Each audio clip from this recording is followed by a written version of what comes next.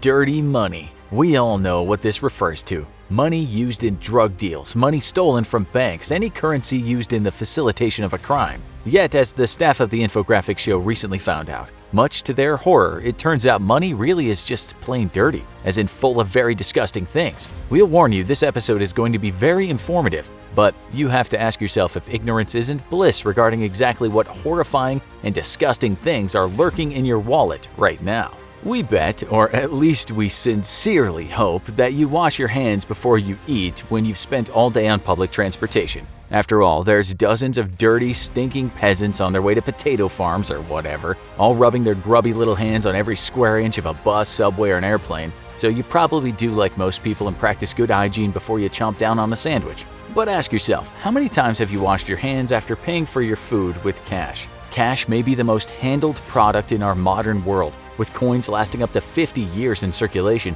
and bills lasting between 5 and 15 years. That's a whole lot of time for all kinds of microorganisms and filth to hitch a ride on our favorite way of paying for things. The good news is that some currencies, such as coins made of copper, can actually inhibit microorganism growth. But the bad news is that paper currency is pretty much the perfect place for germs to live, and no currency is more perfect than American dollar bills. Not only is the currency in the greatest circulation around the world, meaning that sweet Franklin in your pocket right now has probably been fingered by people internationally, but it's also pretty much perfect at picking up germs and keeping them. Nations such as Australia and Canada have switched to plastic polymer currency, which is more durable, harder to duplicate, and better at keeping germs at bay. American money, however, is made out of a blend of linen and cotton, which technically makes it cloth and not paper at all. While this makes dollars extremely durable, standing up to rain, tearing, and folding, the extremely porous surface of a linen-cotton blend dollar makes it incredibly efficient at picking up bacteria and viruses.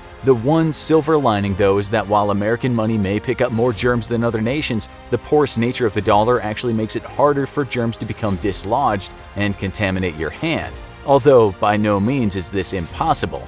So just how filthy is your money?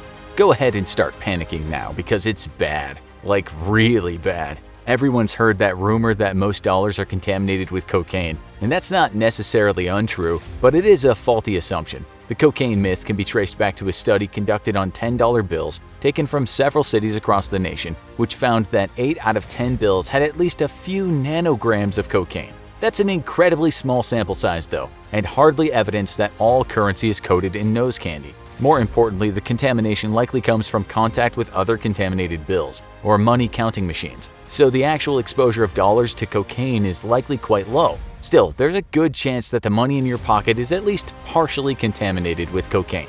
And if that's all it's contaminated with, then count yourself lucky, because this list gets much worse. Bodily fluids are also commonly found on currency, and the most pervasive of these is human excrement. Yup, poop.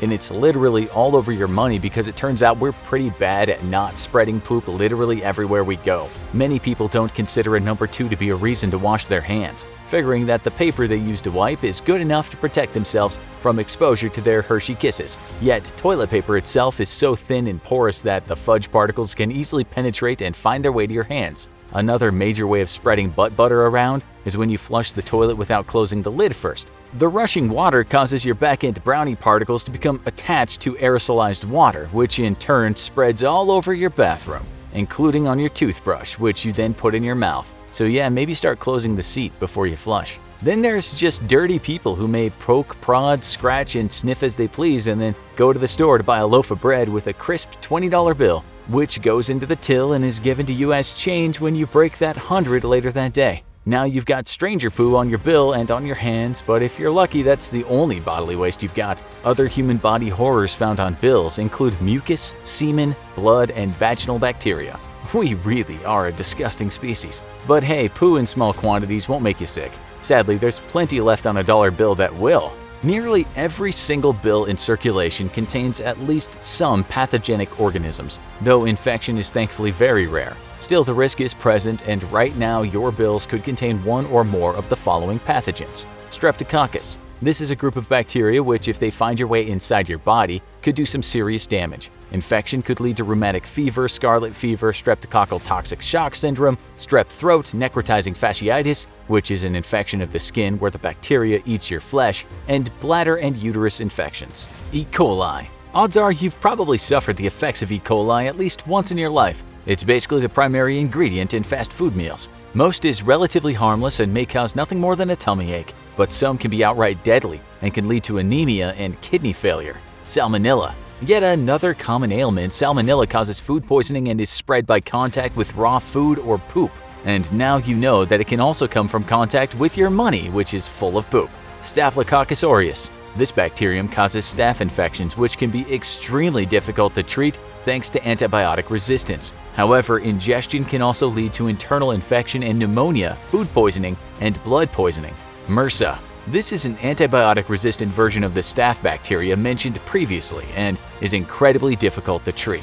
Side effects of the infection include sores, boils, or abscesses, and treatment can last for months. Even more frighteningly, infection can kill in as little as 24 hours in some cases. Proteus. A bacterium found in animal intestines, this may not kill you, but it'll give you a very painful urinary tract infection. Anthrax. Most people know this from its deadly use as a bioweapon, but may be surprised that it occurs naturally and extremely frequently in soil on or around farms all over the world. In its weaponized form, anthrax is spread as an aerosol, and the bacterium is frighteningly perfect for this role. It is extremely durable and can survive for years with no moisture, and once infection sets in, death is relatively quick. While it appears in small enough quantities and currency to not be a public health hazard, should you handle infected money with an open cut or sore on your hand, you could be in for a fight for your life. Turns out our money is absolutely teeming with viruses, bacteria, and all manner of human waste.